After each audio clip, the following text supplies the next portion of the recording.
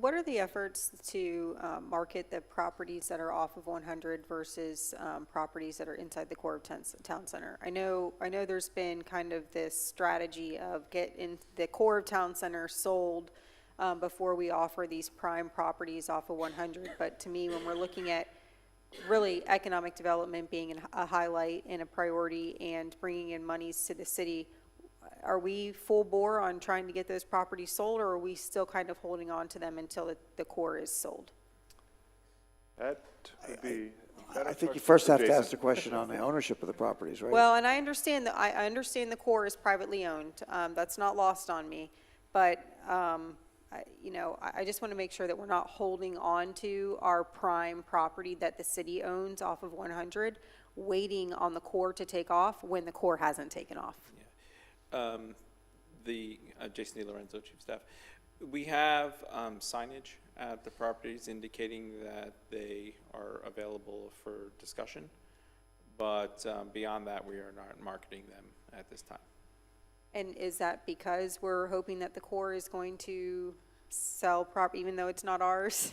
We're hoping that it's going to take off? I think as we described during the land assets meeting, the thinking behind it is that you have a lot of trips on State Road 100, right? And really trips is what drives commercial development. We have less trips on Central and Bulldog and Town Center Boulevard. However, that's increasing because we have more residential units in Town Center. So that's a positive. And if you've been here, in the mornings and in the afternoons, plenty of traffic, but not to the significant volume that's occurring on 100. So, having more land available for commercial development on 100, just using basic logic would, if someone's making a decision between the core or building on 100, depending on lots of variables, price, this, that, and the other thing,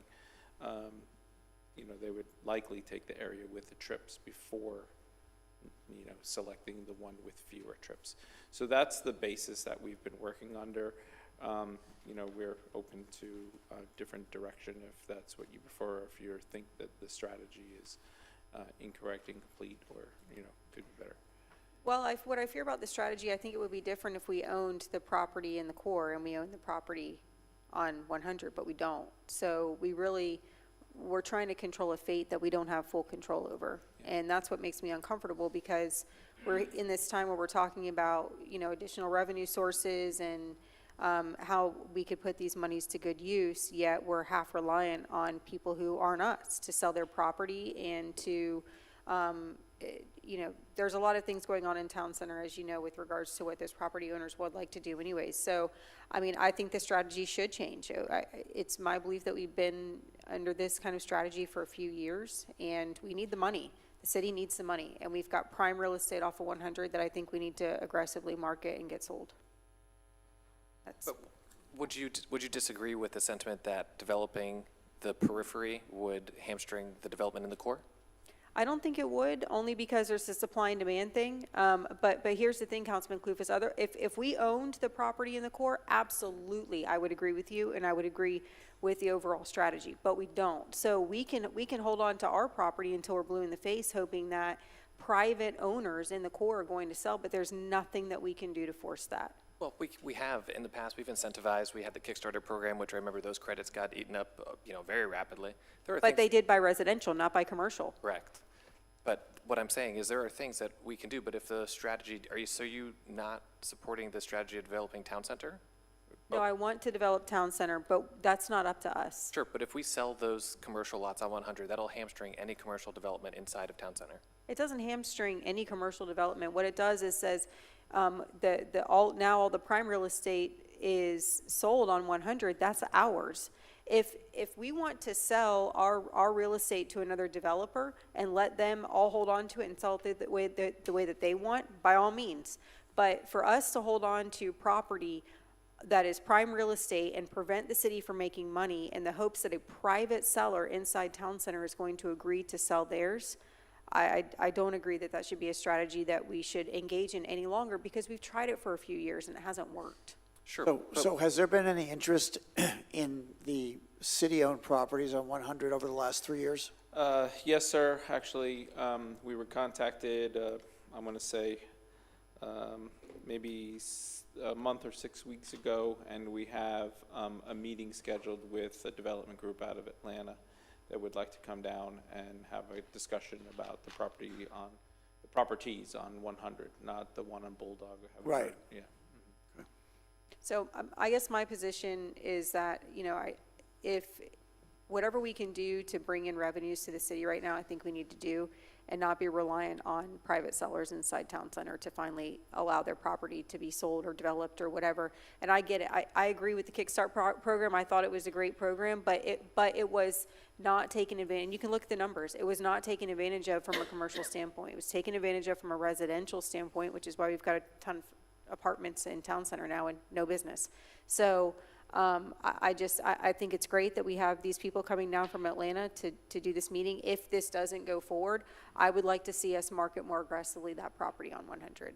But you would agree that it would exacerbate the issue of commercial development not coming to town center if we were to sell these parcels? I would encourage you, Councilman Klufas, and I don't know if you have or not, but to talk to the owners of those properties, because that is actually not the larger issue. The larger issue is some infrastructure that's not in town center currently. Like if you look at what's required for restaurants to be in town center, there's no gas line. I mean, it's things like that. There's other issues that are preventing, it's money, whereas, and we can't make those private owners put in the money or sell it to developers who are willing to put in the money that is needed for commercial in town center. Sure. I just think it's almost reverse incentivization because the land in here is what, $5 a commercial square foot? $4 a commercial square foot? I don't know. You don't know? No, I don't. No, I don't know that. I do Okay. not know that number. Well, okay, understood. I do.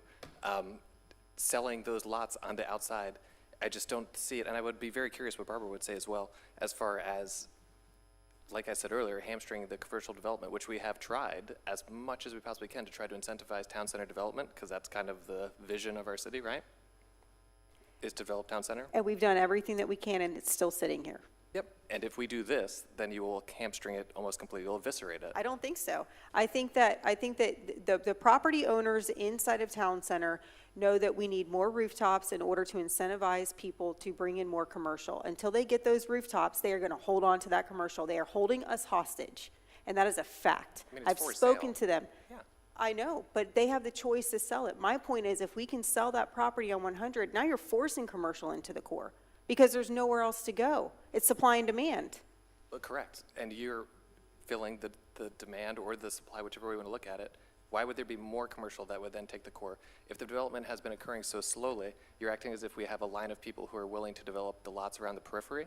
Any real person who would develop around the periphery is no longer part of the pool or universe that would develop inside of town center.